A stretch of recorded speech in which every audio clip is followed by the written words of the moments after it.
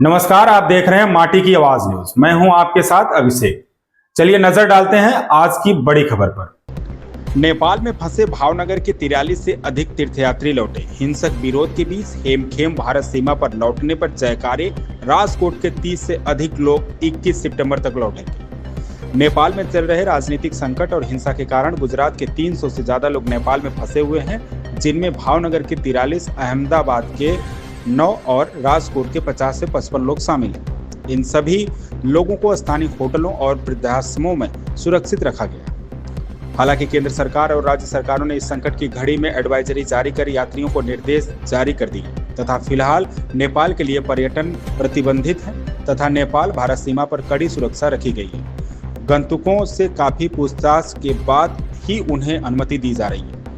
Medical emergency के अलावा सामान्य आवाजाही पर कड़ा प्रतिबंध लगा दिया गया है। आइए देखते हैं इस खबर से संबंधित वीडियो। मुख्यमंत्री से प्रवास में निकलो तो प्रवास के अंदर मारे गोकुल, मथुरा, हरिद्वार, अयोध्या ने नेपाल पर नेपाल जाता हूँ बस लईने फसाणो तो नेपालना तोफानना हिसाबे पण मारा 43 पेसेंजर, मारा वडीलो, मारी माताओ बधाने लई एवा आपड़ा नगर सेवक उपेन्द्रसिंह चुडासमा तेमज विनुभाई कुकड़िया, हीराबेन कुकड़िया અને ગામના દરેક મારા સાથી મિત્રો, મારા વડીલો મારી સતત ચિંતામાં હતા।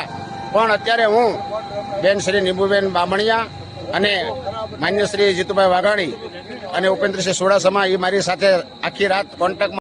आपका भरोसा हमारी ताकत। देश की हर धड़कन से जुड़े रहने के लिए देखते रहिए माटी की आवाज न्यूज, जहां हर खबर मिलती है मिट्टी की सच्ची खुशबू के साथ। अगर आपने अभी तक चैनल को सब्सक्राइब नहीं किया है तो तुरंत कीजिए, ताकि देश दुनिया की सच्ची और जमीनी खबरें आप तक पहुंचे सबसे पहले।